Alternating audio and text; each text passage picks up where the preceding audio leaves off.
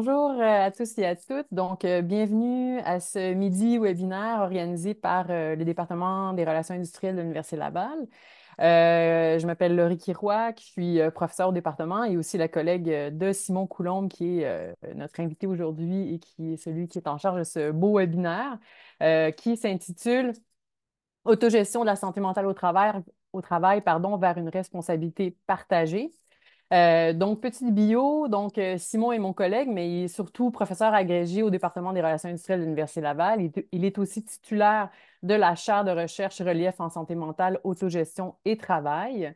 Il est formé en psychologie communautaire et il mène plusieurs recherches sur la promotion du bien-être et le rétablissement en santé mentale chez les travailleurs, des travailleurs de différents groupes, incluant les personnes vivant avec des difficultés de santé mentale, les travailleurs migrants temporaires, les entrepreneurs, les employés de la santé publique, pardon, les employés de la fonction publique. Ces travaux se situent à l'intersection entre les relations industrielles et plusieurs champs de la psychologie. Et aussi, ils s'intéressent aux applications mobiles et à l'utilisation de l'intelligence artificielle pour soutenir l'autogestion de la santé mentale. Donc, un homme bien occupé. Merci Simon d'être avec nous aujourd'hui. Il nous fera sa présentation d'une durée de 25-30 minutes et ensuite, on va se réserver un bon 15 minutes là, pour prendre les questions. À ce titre, je vous invite donc à formuler vos questions et à les insérer au fur et à mesure lorsque le moment vous semble bon. Vous pouvez insérer vos questions dans le chat et ensuite, à la fin de la présentation, je me chargerai donc d'adresser les questions à Simon. Alors voilà, Simon, je te donne la parole.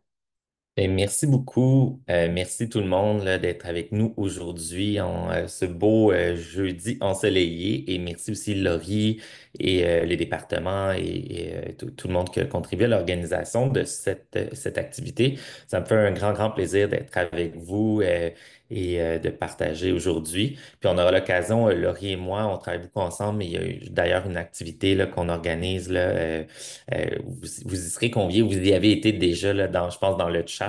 Donc, aujourd'hui, c'est comme une mise en bouche d'un aspect de ce qui peut être discuté plus en profondeur aussi lors de cette activité-là dont il est question dans le chat. Aujourd'hui, je vais vous parler de la notion d'autogestion de la santé mentale dans le contexte professionnel, le contexte du travail. Et vraiment, on va voir au fur et à mesure des diapositives que l'autogestion, malgré le nom qui peut sembler très individualiste ou individuel, l'autogestion, il y a moyen de l'inscrire et il faut l'inscrire dans une responsabilité partagée entre les travailleurs, les travailleuses et les gestionnaires, les employeurs, etc. Objectif, donc, on va d'abord aborder une mise en contexte, qu'est-ce que c'est l'autogestion de la santé mentale, pourquoi c'est important. Explorer certains principes sous-jacents, moyens, forces, limites de cette approche-là de soutien à l'autogestion. Et finalement, quand même, comme je le disais, montrer un peu l'articulation de cette notion-là ou de cette approche dans une vision plus holistique qui combine une perspective plus individuelle, mais aussi des actions sur les facteurs, les conditions organisationnelles, conditions de travail et d'emploi qui peuvent contribuer aussi ou positivement ou négativement à la santé mentale. D'abord, peut-être petite mise en contexte. Qu'est-ce que c'est la santé mentale? Ben, je pense que ça se passe un peu d'introduction au sens commun, mais c'est quand même bon de se rappeler dans la littérature scientifique, que ce soit la santé mentale en général ou au travail. Longtemps, lorsqu'on pense à santé mentale, lorsqu'on parlait de santé mentale, longtemps, on était centré surtout sur les difficultés de santé mentale, la détresse psychologique. Tu sais, si je vous dis je vais consulter en santé mentale, vous allez probablement penser que je vais voir un psychologue, un travailleur social, un thérapeute pour travailler sur des enjeux psychologiques comme l'anxiété, la dépression, la détresse professionnelle et etc. Ben oui, c'est vraiment des aspects importants de la santé mentale ou qui peuvent être indicateurs d'enjeux de santé mentale. Mais c'est bon aussi de se rappeler que de plus en plus dans les travaux, mais aussi dans le milieu de travail, on reconnaît aussi l'importance d'une santé mentale positive. Donc, la santé mentale, c'est plus vu comme étant juste une question de réduire ou prévenir les enjeux de santé mentale, mais on peut aussi le voir comme étant mettant en lumière aussi l'importance là, de promouvoir davantage de santé mentale positive, qui est en fait du bien-être au point de vue émotionnel, psychologique ou social. En fait, de plus en plus, les travaux parlent de santé mentale positive, notamment selon un modèle qui a été développé aux États-Unis, mais utilisé beaucoup à travers le monde et dans Statistique Canada. La santé mentale positive, c'est entre autres mesurer.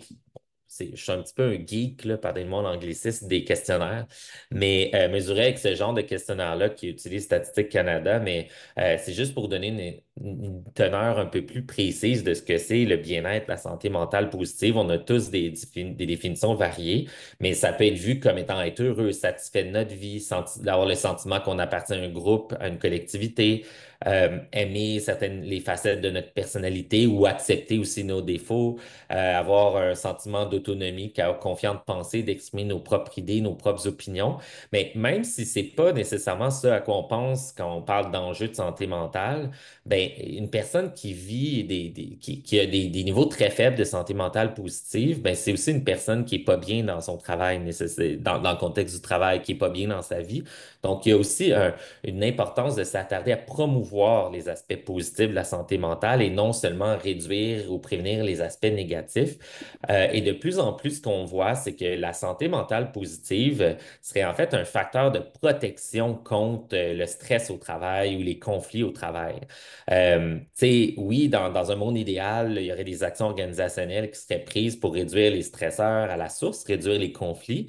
Par contre, la réalité, c'est que quand il y en a, ben, ce qu'on se rend compte, c'est que les personnes qui, à la base, avaient un niveau de santé mentale positif plus élevé, ben, qu'elles vivent ou pas des conflits ou du stress élevé, ça ne change pas le niveau de détresse. Les deux barres sont égales ici, les deux lignes. Mais chez les personnes qui ont un niveau de santé mentale positif plus bas, ben, on voit que les personnes qui rapportent parmi elles plus de stress, de conflits, un niveau élevé de ça, vivent davantage de détresse. Donc, en gros, là, c'est une figure un peu peut-être pas complexe, mais rapidement comme ça. L'idée à retenir, c'est que la santé mentale positive peut nous protéger, nous aider à mieux gérer le stress, les conflits, d'où l'importance de travailler aussi sur la santé mentale positive. Ce qu'on sait des travaux scientifiques, c'est que le bien-être ou la santé mentale, incluant donc des aspects des fois négatifs, mais aussi des aspects positifs, ben, s'il y a des facteurs multiniveaux qui influencent le bien-être, la santé mentale. Euh, sais, je pense que si vous travaillez, certaines ici, peut-être en gestion des ressources humaines, en santé et sécurité du travail, vous avez peut-être entendu parler de la notion de risques psychosociaux. En fait, c'est des risques ou des facteurs dans l'environnement de travail et même dans les conditions de travail, parfois d'emploi aussi, qui, lorsqu'ils sont présents, pourraient contribuer au développement ou au maintien ou à l'aggravation de difficultés de santé psychologique comme le burn-out ou l'épuisement. Et ces risques-là, c'est entre autres une charge de travail trop élevée, une faible autonomie, une faible reconnaissance, un faible soutien, du harcèlement au travail. Donc, ces facteurs-là sont maintenant reconnus, notamment dans la loi sur la santé et la sécurité du travail, comme étant des facteurs, et par la CNESST, des facteurs importants sur lesquels les employeurs devraient agir en prévention. Donc, il y a ces facteurs-là de l'environnement de travail qui peuvent contribuer ou nuire, c'est des risques ici, là, au bien-être. Mais il y a aussi toutes des choses que les travailleurs font ou peuvent faire qui peuvent aussi contribuer à améliorer leur bien-être ou à faire face à ces risques-là. Puis c'est là la notion d'autogestion. C'est cette idée que malgré qu'on ait un travailleur qui fait et une travailleuse qui faisons parfois face et souvent à des défis, des environnements de travail qui sont malheureusement pas toujours sains, ben, on a quand même un certain pouvoir ou une certaine agentivité, mot scientifique, mais agentivité pour prendre un certain contrôle et ce contrôle-là, ce pouvoir-là va comme un peu nous aider à faire face à ces risques-là. Et on va y revenir, il y a des bémols autour de cette notion-là d'autogestion, bien sûr. On va y revenir un peu plus tard. Mais c'est ce qui m'amène donc en termes de promotion ou d'amélioration du bien-être ou de la santé mentale au travail, avoir donc, comme c'est multiniveau, les facteurs en jeu, ben, les stratégies peuvent aussi être multiniveaux. Il y a des stratégies individuelles, des stratégies organisationnelles qui peuvent être mises en place. Au point de vue individuel, c'est là que ça se trouve. Là. Je viens de camper un peu où se trouve l'autogestion, ben, c'est au point de vue des stratégies individuelles. Pour introduire l'autogestion, on n'a pas beaucoup de temps aujourd'hui, mais j'aime toujours demander aux gens, lorsque vous revenez à la maison, après une longue journée de travail ou après une longue nuit de travail, si vous travaillez de nuit, qu'est-ce qui vous aide à vous sentir bien? Je ne sais pas s'il y en a qui ça vous tente d'écrire quelques petites réponses dans le chat. Sentez-vous à l'aise, là. Il y a pas de, il y a pas de bonne ou de mauvaise réponse, puis je ne vais pas vous mettre on the spot, mais si quelques personnes veulent partager, ça me fait plaisir. Allez jogger. Donc, l'activité physique, aller prendre une marche, donc peut-être aussi la nature, faire une marche en forêt, sortir avec mon chien, regarder la télé, les loisirs, les siestes, donc les questions de sommeil, même le buffer, j'utilisais l'anglicisme, le temps de buffer du trajet en auto, lire, radio, musique, avoir le sentiment du devoir accompli, puis peut-être savourer ça. Les relations avec les animaux, avec les enfants. Bon, je ne vais pas les mettre dans la même phrase, les animaux et les enfants ne sont pas comparables. Mais bon, je les ai lus dans l'ordre. Cuisiner, parler avec sa famille. Donc, on voit, puis là, je vais arrêter là, mais on voit qu'il y a une diversité de choses que les personnes font déjà, que vous faites déjà, qui vous aident à vous sentir bien ou mieux après une journée de travail. Ben, c'est ça de l'autogestion. On en fait tous un peu à notre manière. Là, ça semble très. Puis c'est ça qui est spécial, en guillemets, spécial, c'est un grand mot, mais qui est un peu particulier avec l'idée d'autogestion, c'est que c'est rien de sorcier à la base. C'est vraiment comme un peu reconnaître le pouvoir d'agir des employés puis des personnes, des travailleurs sur leur santé mentale, reconnaître qu'ils ne sont pas simplement influencés de façon, mettons, passive par ce qui se passe dans leur environnement de travail, mais qu'il y a aussi des moyens de jusqu'à un certain point, gérer certains de ces facteurs-là et ces impacts. Donc, plus définition formelle, dans les travaux scientifiques, l'autogestion est définie comme les actions que les personnes peuvent mettre en place au quotidien pour aider à gérer ou réduire les symptômes, les prévenir, prévenir aussi des fois des récurrences, si c'est des personnes qui ont vécu des symptômes d'épuisement, etc., mais aussi pour optimiser le bien-être, la santé mentale positive. Au départ, l'autogestion a beaucoup été étudiée dans le champ des maladies chroniques, comment gérer ces symptômes avec le diabète, avec le VIH ou l'asthme, etc. Mais depuis une 10, 15 années, à peu près, ben, le temps passant, 15, 20 années, ça a aussi été importé dans le domaine de la santé mentale. Et au départ, c'était beaucoup comment les personnes qui vivent avec des troubles peuvent gérer les symptômes de leur anxiété, leur dépression, leur trouble bipolaire. Mais ce qu'on se rend compte dans nos études, c'est que ça semble que c'est aussi utile de façon générale chez les personnes en prévention aussi de développer des défis de santé mentale liés ou non au travail. Il y a des études empiriques qui montrent que lorsqu'on travaille avec des personnes à les aider à soutenir leur autogestion puis à faire de l'autogestion dans leur vie, c'est associé à une réduction des enjeux de santé mentale puis le développement de certains facteurs de santé mentale positive ou comme le sentiment d'optimisme, d'espoir, le sentiment d'auto-efficacité qui est l'idée d'avoir un certain contrôle dans notre vie, puis d'être capable d'accomplir nos buts, ce qu'on veut.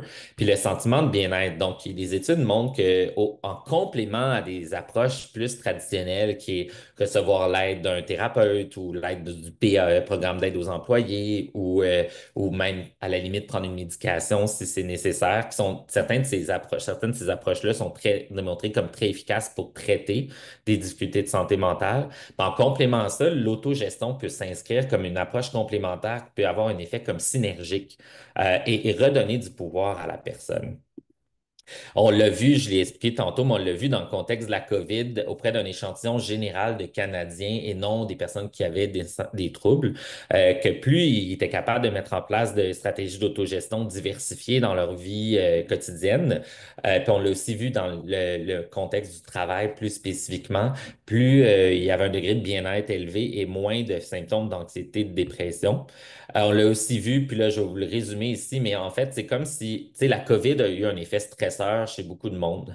Tu sais, avant la COVID, puis au moment de notre questionnaire qui a eu lieu pendant la période pandémique la plus aiguë, on a constaté que le bien-être perçu par les gens diminuait. Par contre, chez les personnes qui rapportaient faire beaucoup d'autogestion, la diminution était moins drastique. On le voit pas super bien, là, faut zoomer, mais ça l'a aidé à rapporter une diminution moindre là, de leur bien-être. Donc, l'autogestion, ça s'inscrit plus comme un outil pour aider à faire face à certains stresseurs, certains enjeux qui peuvent affecter notre santé mentale. Bien sûr, au départ, donc tout ça a été étudié plus en contexte clinique de maladie mentale, le trouble de santé mentale. Mais il y a une chercheure et nous, à la chaire de recherche aussi, on travaille ça, qui travaille à regarder comment ça atterrit ça dans les milieux de travail. On s'est intéressé à demander à des personnes qui avaient vécu des enjeux de troubles de santé mentale, qu'est-ce que vous avez fait dans votre milieu de travail? Qu'est-ce qui est pertinent pour vous comme stratégie d'autogestion spécifique en lien avec le travail? Ce qui ressort ici, c'est le top de ce que les gens trouvaient le plus pertinent et utile pour eux, selon leur propre perception. Établir des limites, essayer de travailler à maintenir l'équilibre travail-vie personnelle, réfléchir sur son environnement, les sources de stress, l'environnement de travail, travailler à améliorer les relations avec les collègues, puis affirmer davantage ses besoins et ses attentes. Évidemment, ça peut sembler un peu de base, mais l'idée de l'autogestion, c'est qu'il y a moyen de travailler ces aspects-là pour soi-même, puis en se donnant un plan d'action pour essayer de les développer, les mettre en place et de le faire de façon plus intentionnelle. Donc, c'est ça un peu l'idée dans une approche plus structurée de soutien à l'autogestion. C'est un peu ça qu'on suggère aux gens de faire. De façon plus globale, on a fait une étude il y a quelques années qui a montré qu'il y avait plus de 60 différents moyens ou stratégies d'autogestion que les gens rapportaient mettre en place pour aller mieux dans leur quotidien. Puis ça touche 5 dimensions là, que vous voyez ici, mais je vais les reprendre une par une. Une première dimension, c'est la dimension plus clinique. Elle porte plus, elle, sur justement le mal-être ou les difficultés de santé mentale. C'est cette idée-là de prendre du pouvoir puis de la responsabilité puis de demander de l'aide quand ça va pas bien. Évidemment, on ne peut pas blâmer les gens qui ne demandent pas d'aide parce qu'il y a beaucoup de barrières à la demande d'aide.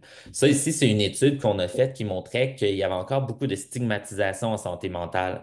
En 2002, quand même, ça date un petit peu, mais on avait 2500 travailleurs de PME au Canada et il y en a quand même 33% qui disaient si je dévoile que je vis avec un trouble ou des difficultés de santé mentale, mes collègues vont me faire moins confiance. 32% disaient que ça allait nuire à leur carrière. Puis ça peut être, je veux dire, dans certains cas, ça peut être vrai, là, et malheureusement, il y a des cas de discrimination au milieu de travail, mais c'est un fort degré de stigma quand même. Donc, on peut croire que ces personnes-là probablement hésiteraient justement à parler de leurs enjeux peut-être à leur superviseur ou même hésiteraient peut-être à demander de l'aide du PAE, Programme d'aide aux employés, ou d'aller chercher de l'aide à l'extérieur. Et ce qui est intéressant, c'est que quand on dit autogestion, on pense que ça veut dire faire seul ou s'en sortir tout seul. Mais non, demander de l'aide, c'est une stratégie d'autogestion, c'est une prise de responsabilité par rapport à ce qu'on vit. Puis on voit aussi, puis je n'aurai pas beaucoup de temps pour en parler aujourd'hui, mais il y a quand même aussi des études qui montrent qu'il y a davantage de barrières à la demande d'aide chez certains groupes aussi de travailleurs. Par exemple, les groupes, les personnes LGBTQ+, les personnes de groupes culturels minoritaires, les hommes aussi, pour qui il y a certains tabous par rapport à la santé mentale qui sont encore plus prononcés dans certains sous-groupes d'hommes. Et il y a des enjeux, tu sais, par rapport au stigma en santé mentale qui fait que dans certains groupes culturels, il va y avoir plus de réticence à demander de l'aide. Donc oui, l'autogestion, c'est favoriser, encourager les gens à prendre du pouvoir et demander de l'aide, mais il y a des améliorations à faire socialement puis dans nos organisations pour soutenir ça. Autre type de stratégie d'autogestion, c'est les stratégies sociales. Dans le fond, c'est de travailler pour améliorer nos relations sociales. Ça inclut, entre autres, obtenir ou offrir du soutien à d'autres personnes. Il existe plein d'études sur le soutien par les pairs en milieu de travail, à quel point le soutien entre collègues, c'est central dans le bien-être, dans la santé mentale. Autant en recevoir, souvent c'est plus ça dans les études, le soutien que je reçois. Puis il y a plein d'études qui suggèrent que ça a des effets bénéfiques sur des indicateurs dans plusieurs domaines, la satisfaction, l'égard de la vie, l'amélioration du fonctionnement social, la prévention des troubles de santé mentale, du burn-out, etc. Euh, il y a aussi des études qui suggèrent que donner de l'aide, c'est aussi bon pour son propre bien-être. En fait, ici, à droite, c'est une méta-analyse qui a comme fait un résumé de plein d'études qui montre que donner de l'aide serait associé à des effets pour la personne qui reçoit l'aide, mais aussi qui le donne. Il y a même une étude qui, en milieu de travail au Japon, a montré que donner de l'aide, ça réduirait chez soi-même, moi qui donne l'aide, certains indicateurs d'inflammation dans mon corps, là, au niveau physiologique, l'inflammation, c'est un indicateur de stress ressenti. Donc, donner de l'aide en milieu de travail, ça a un effet bénéfique aussi pour celui qui le donne. Donc, c'est aussi une stratégie d'autogestion qui peut nous faire sortir un peu des fois quand on vit des enjeux, on sent qu'on est peut-être, des fois malheureusement, on sent encore qu'on est du trouble ou qu'on on veut pas ajouter une charge à nos collègues, mais en fait, donner de l'aide, ça peut aussi nous aider s'en sent capable, évidemment. L'activité physique, c'est aussi tout un autre pan des stratégies d'autogestion. La dimension corporelle, physique, tu sais, on l'a vu avec depuis le télétravail, il y a plus de comportements sédentaires. Là, c'est peut-être mieux depuis le retour en mode un petit peu plus hybride dans plein de milieux. Mais c'est important de travailler ça parce que ça a un rôle clairement documenté contre l'émergence de la dépression, mais aussi pour réduire les symptômes, notamment dépression, mais aussi des études sur l'anxiété.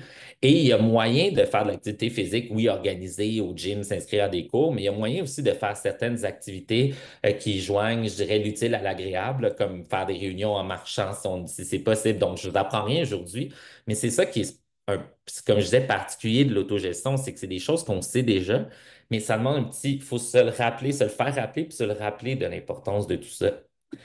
Au niveau fonctionnel, c'est une autre dimension de l'autogestion. C'est par exemple mieux organiser sa routine, son espace. Bon, ici, je demanderai à Laurie, je suis sûr qu'elle s'en douterait. Vous voyez, c'est pendant la pandémie, c'est la photo de ma table de travail. Je suis sûr que ça ne surprendra pas Laurie, je ne sais. Mais derrière moi, il y avait plein de magnifiques plantes. Bon, la terrasse n'était pas aménagée encore. Magnifique, je ne sais pas, mais moi, ça faisait mon bonheur vraiment quand même. Tu sais, je ne dis pas que c'est l'espace idéal, mais ça pour dire que ça revient aussi à l'essence de l'autogestion, c'est de regarder qu'est-ce qui est important pour la personne, puis ses besoins selon ses valeurs, ses préférences. Moi, à ce moment-là de ma vie, je n'étais pas en mode, c'était tellement petit chez nous, j'avais lâché prise sur l'organisation. Mais le fait d'avoir les plantes, ça contribuait à mon bonheur. Puis il y a quand même beaucoup d'études, notamment sur les éléments naturels en milieu de travail, à comment ça peut être bon pour le bien-être. Euh, ce qu'on sait, c'est qu'il y a des travaux sur est-ce qu'un environnement physique est sécuritaire pour soi? Est-ce qu'il offre des opportunités d'interaction, permet d'avoir de l'activité, de l'intimité? Est-ce qu'il est fonctionnel? Est-ce qu'il est plaisant? Est-ce qu'il reflète mon identité, mes valeurs? Est-ce qu'il est stimulant? Ce genre de facteurs-là, dans des études qu'on a menées, on s'est rendu compte que c'est associé positivement à des indicateurs de santé mentale. Bon, évidemment, dans des bureaux, on ne peut pas refaire les bulles. Tu sais, chaque personne ne fera pas son autogestion puis démolir les murs, là. Euh, donc, il y a quand même il y a moyen d'y aller, notamment sur la question d'identité, la personnalisation de l'espace par des objets. Il y a des petites choses qui peuvent être faites pour rendre ça quand même plus agréable et favoriser davantage de bien-être. Finalement, c'est la dernière dimension, c'est le niveau existentiel. C'est un grand mot pour dire tout ce qui est un petit peu plus profond, je dirais. Travailler sa capacité à être dans le moment présent, travailler l'acceptation de soi. Donc, c'est souvent des stratégies qui sont, oui, elles peuvent être des comportements, des choses qu'on fait, mais ça peut être aussi, on dit des fois, des comportements mentaux, nos façons de penser qu'on peut travailler. Vous avez probablement ou peut-être déjà entendu parler de la pleine conscience.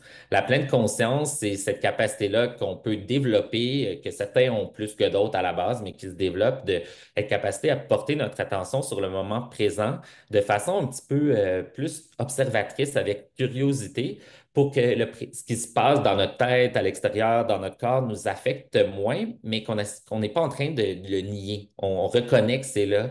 Et il y a beaucoup d'entraînement, la pleine conscience, de programmes, des capsules en ligne, etc., qui permettent de développer cette capacité-là attentionnelle à focuser l'attention sur le moment présent.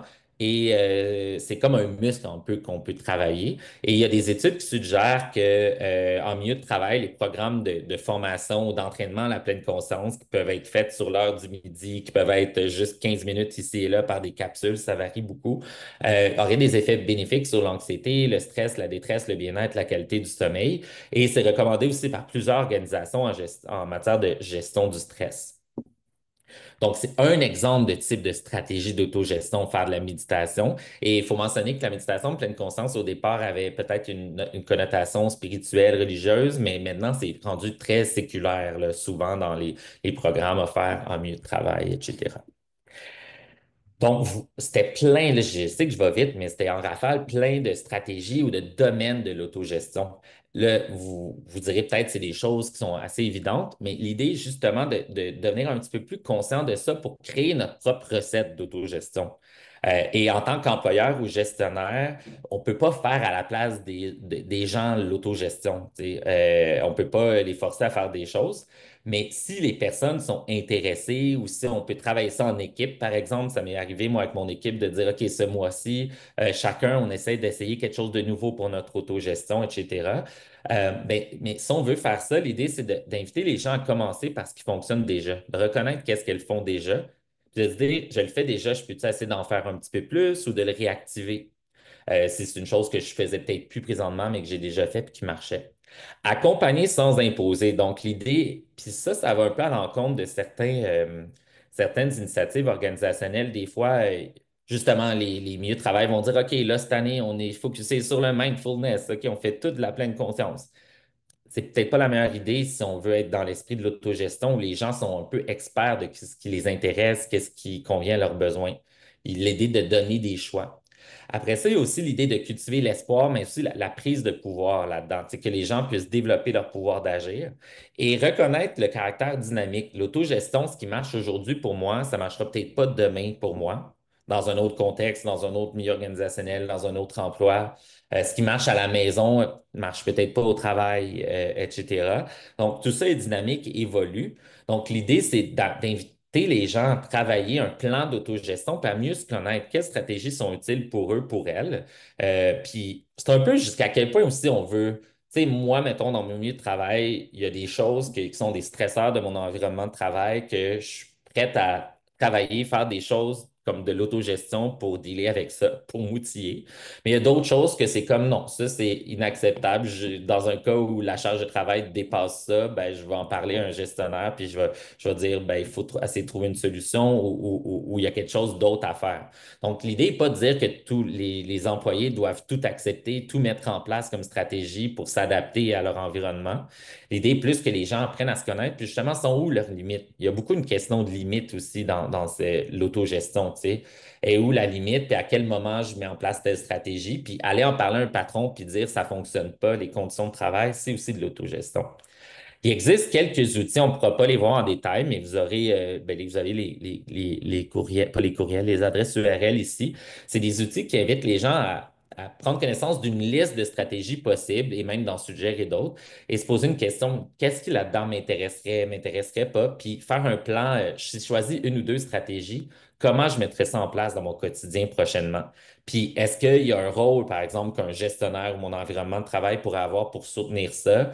Est-ce qu'il y a des barrières dans mon travail qui vont nuire à ça? Donc, c'est des outils pour accompagner les gens là-dedans qui peuvent être utilisés. Celui-là à gauche était générique, mais celui à droite, c'est une collègue qui l'a créé pour les milieux de travail spécifiquement. Quelques ressources, c'est aussi l'organisme Relief, qui est partenaire de la chaire de recherche que je dirige avec aussi Beneva. Mais Relief a développé des ateliers puis des services d'accompagnement individuel en autogestion, notamment l'accompagnement individuel ici pour l'autogestion de la santé mentale chez les entrepreneurs, qui aussi n'ont pas nécessairement accès à certains programmes d'aide aux employés comme dans d'autres plus grosses organisations. Je sais maintenant à dire pour les quelques minutes qui me restent qu'on a beaucoup parlé d'autogestion, puis c'est quand même des stratégies assez individuelles là, que j'ai amenées. Je pense que c'est le oui, je vais juste dire oui, mais et. Oui, mais euh, c'est important l'autogestion, mais il y a quand même un consensus des experts, des expertes en santé, sécurité du travail, en gestion des ressources humaines et en santé publique même que les interventions qui sont plus multiniveaux, qui sont plus intégrées, qui ciblent à la fois des aspects individuels, les comportements des gens, mais aussi les aspects organisationnels sont essentiels en fait. Ça serait plus porteur des interventions intégrées qui passent pas sous le tapis les facteurs organisationnels. Et au départ, je vois ça comme un oui, l'autogestion, c'est bon, mais il faut faire plus, il faut aussi travailler sur les conditions de travail. Mais on peut aussi le voir comme un et. L'autogestion est là, est une partie de la recette, mais il y a plus qui doit être fait. Si on regarde, tu sais, dans les interventions en santé et sécurité du travail, généralement, on a beaucoup parlé dans le passé, ben, encore aujourd'hui, on en parle, on met beaucoup l'accent, puis c'est super important, sur l'importance de faire de la prévention primaire, de réduire les risques psychosociaux à la source. Donc, s'il y a une charge de travail trop élevée dans un milieu de travail, s'il y a un manque d'autonomie, un manque de soutien, puis admettons qu'on constate que c'est ce qui se passe chez une bonne partie de l'organisation qui rapporte ça, bien, il y a quelque chose à faire pour réduire, essayer de changer l'organisation du travail, à faire des interventions organisationnelles pour réduire ces risques-là à la source. Malheureusement, souvent, certains risques ne sont pas modifiables ou les employeurs ne prennent pas tout à fait leur responsabilité d'agir pour prévenir et modifier ces risques-là. Et c'est là que rentre l'idée de prévention secondaire, qui est d'outiller, fournir des outils aux employés pour les aider à gérer les risques. Et la prévention tertiaire, c'est des gens qui ont déjà développé des symptômes d'enjeux de santé mentale et chez qui on voudrait plus les aider, les outiller pour favoriser, mettons, un retour au travail ou un rétablissement ou faire en sorte qu'il n'y aurait pas aggravation des symptômes. Et notamment l'autogestion, le soutien à l'autogestion qu'on peut offrir à nos employés, amener cette approche-là, les soutenir là-dedans, mais ça s'inscrit quand même bien dans cette perspective-là de prévention secondaire, comme un outil qui peut être une corde à l'arc là, des employés pour faire face à certains risques dans l'environnement de travail ou pour les aider en complément d'autres approches, par exemple une psychothérapie ou de la médication ou des changements organisationnels pour les aider à effectuer un retour au travail, par exemple, suite à un arrêt de travail pour épuisement ou d'autres choses. En parallèle, c'est aussi intéressant de voir que dans les dernières décennies, il y a tout eu un champ qui a été développé, qui est la psychologie positive, qui s'est dit, ben, c'est bien intéressant, les troubles de santé mentale, puis bien important de les prévenir, de les réduire, un peu comme dans l'esprit de ce qu'il y a à gauche, mais on peut aussi travailler à développer le bien-être complet des personnes, notamment les aspects positifs. Ça aussi, généralement, c'est plutôt des interventions un petit peu plus individuelles qui vont aller dans l'idée du soutien à l'autogestion. Par exemple, donner aux gens des ateliers sur la pleine conscience, sur leur force au travail, ça fait partie de l'autogestion. Puis ce que les chercheurs ont commencé à dire dans les dernières, je dirais, 10-15 ans, notamment La Montagne et collègues en Australie, c'est que si on veut une approche globale en santé mentale au travail, on devrait agir à travers ce continuum-là puis ces approches-là.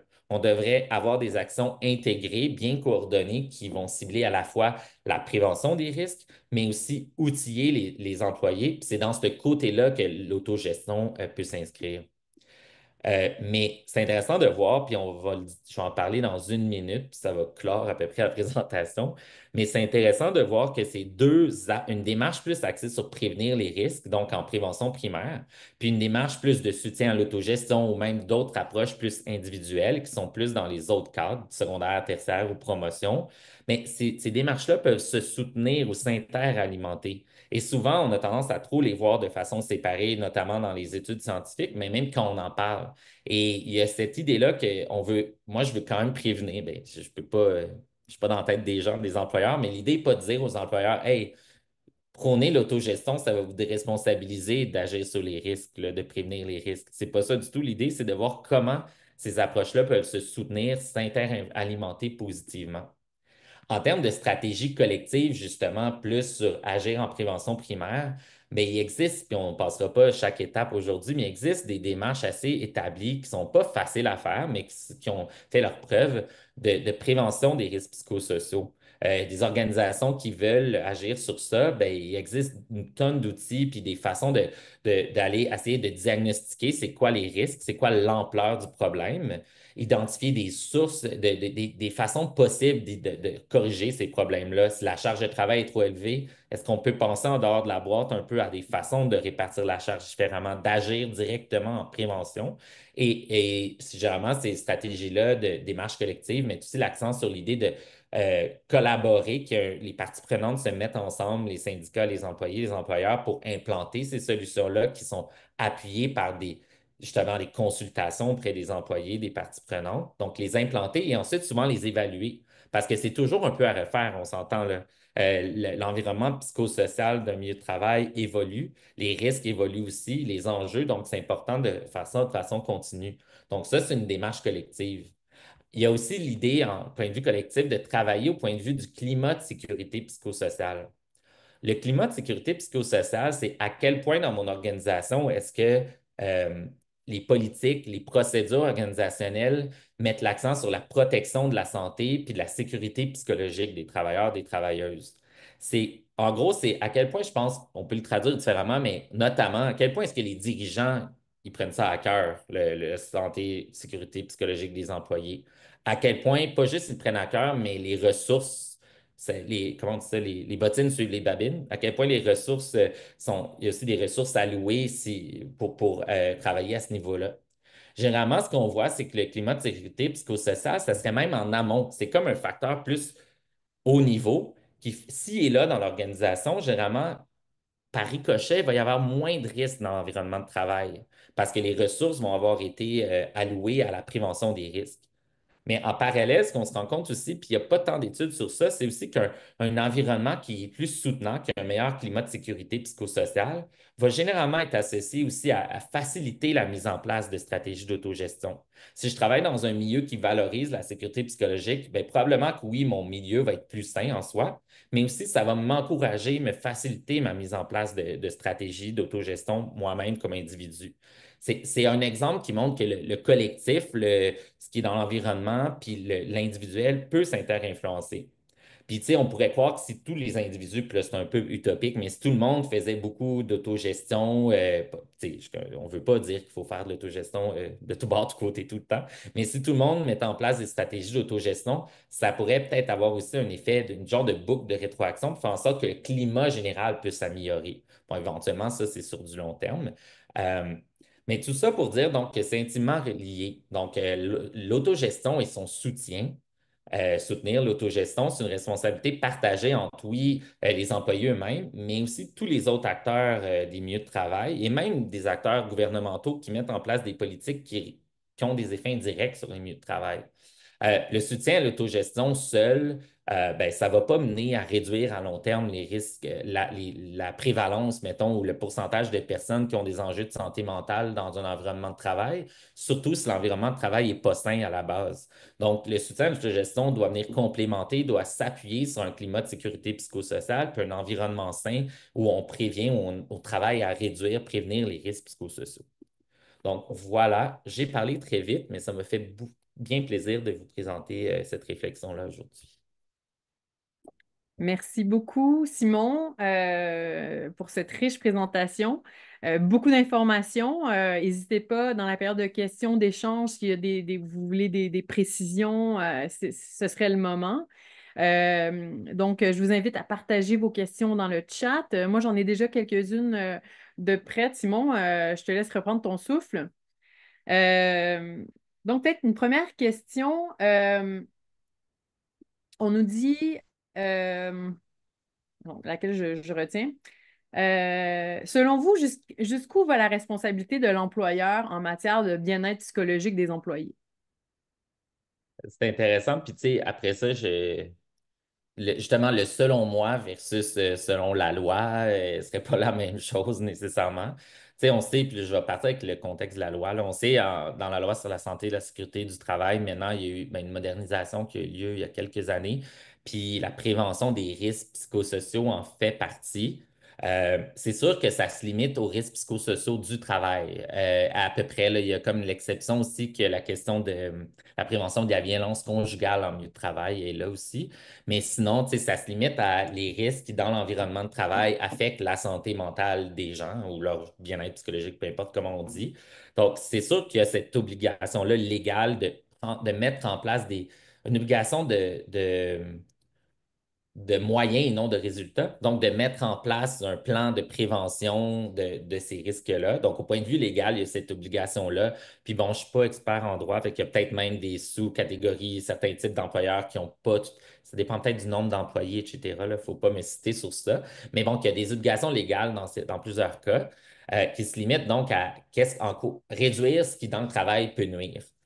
Par contre, au point de vue, je dirais, au point de vue business case, moi, je pense que c'est peut-être pas une obligation, mais tu sais, si on a des employés qui, à cause de choses qui se passent à la maison ou à l'extérieur dans leur vie ou d'enjeux d'équilibre travail-famille, ne se sentent pas bien, ben c'est certain que ça peut nuire à la productivité, être associé à du présentéisme, de l'absentéisme, des impacts pour l'employeur, l'organisation et les équipes de travail. Donc, jusqu'à un certain point, ça les concerne aussi. Tu sais, je ne peux pas dire qu'il y a une obligation au point de vue légal là, d'agir à ce niveau-là, mais il y a quand même un enjeu là parce que ça peut avoir des répercussions qui vont concerner l'environnement de travail aussi. Après ça, je pense d'un point de vue, je dirais, humain ou éthique, on peut quand même tu sais, se questionner au point de vue éthique, je pense qu'on peut se poser la question, est-ce que c'est correct, mettons, savoir qu'un employé est au travail tous les jours, se sent pas bien, puis qu'il a peut-être pas les ressources nécessaires pour essayer d'aller mieux, etc. Donc, il y a un enjeu, question éthique là-dedans aussi. Tu sais. Je dis pas que moi, je serais vraiment du côté, ben, essayons d'en faire le plus qu'on peut, mais après ça, il y a aussi une limite. C'est les gens, puis là, je donne le portrait d'une façon, d'un côté de la médaille. À l'inverse, on sait aussi qu'il y a des enjeux de santé mentale, puis il y a des choses qui ont des composantes génétiques, des composantes environnementales de ce qui se passe à la maison, ce qui s'est passé dans l'enfance, etc. Fait que, tu sais, c'est pas à l'employeur de prendre la responsabilité d'agir sur tout ça. Puis il y a quand même aussi des personnes qui ont certains enjeux de santé mentale, puis peut-être des troubles mentaux plus graves, et pas juste ça, mais qui sont pas nécessairement rendus au moment où ils veulent se prendre en charge. On peut pas comme aller plus vite qu'eux non plus. Fait que, tu sais, je pense que je sais que je donne une réponse très nuancée avec plusieurs composantes. Mais c'est ça. Puis d'ailleurs, on se questionnait récemment dans une étude qu'on veut faire, c'est justement essayer de comprendre différents employeurs, c'est quoi leur vision là-dessus. Qu'est-ce qui fait qu'un employeur va avoir la vision que ben moi, je pense que je vais faire le strict minimum, c'est ça ma responsabilité, versus je pense que pour moi, le bien-être plus global de mon employé est important et on veut en faire plus. Je pense qu'il y a des facteurs contextuels aussi. Tu sais, on peut penser, mettons, dans le contexte où il y avait, là, je pense que ça s'applique un peu moins, mais pénurie de personnel, c'est pas si avantageux si tout le monde est pas à son max, ou je sais qu'en matière de rétention, même d'attraction, il y a quand même un engouement pour certains programmes pour améliorer le bien-être des employés. Bon, après ça, des fois, ça peut avoir l'air aussi d'un peu de patcher les problèmes où on va vous donner des trucs de bien-être, une table de poule, un bar, un café au travail, puis bon, arrangez-vous, tu sais, il y a ça aussi. Bref. Merci. Ben, j'en profite peut-être pour dire que si justement cette question-là vous intéresse, de un peu comment on peut distinguer les approches d'intervention sur le bien-être, des approches qui sont plus sur prévention de la santé psychologique et les risques psychosociaux, comment il y a des distinctions à faire, mais comment aussi on peut les joindre. L'atelier qu'on prépare avec Simon et qui mettra aussi, qui laissera place aussi à d'autres experts sur les questions qui mènent de telles interventions en milieu de travail, puis avec aussi avec nous, moi et Simon, pour un petit peu vous montrer là, les connaissances derrière ces pratiques d'intervention. Donc, je vous invite à participer à cet atelier. Une autre question pour toi, Simon. Je travaille dans une université. Est-ce que, selon vous, les facteurs de risques psychosociaux comme la charge élevée, le manque d'autonomie, la faible reconnaissance, etc., s'appliquent également aux étudiants? C'est intéressant, en fait. Je suis moins, tu sais, je suis pas beaucoup dans la mesure des risques psychosociaux. En tout cas, c'est pas la majeure de ce que je fais, mais j'ai des collègues qui ont développé tout un questionnaire récemment, Manon Truchon, Maë Gilbert-Ouimet, qui sont des collègues en recherche, qui, eux, travaillent justement à adapter ou à valider l'application d'un questionnaire de risques psychosociaux qui a été développé en milieu de travail, l'adapter pour l'université ou le contexte des étudiants. C'est sûr que plusieurs de ces facteurs-là, comme l'autonomie, la reconnaissance, qu'on sait que c'est quand même central dans le bien-être humain en soi, là. Peu importe qu'on soit étudiant ou travailleur. Donc, j'aurais tendance à dire que ça s'applique. Puis, il y a peut-être même d'autres études qui les ont appliquées, là. Je pense que, en gros, c'est oui.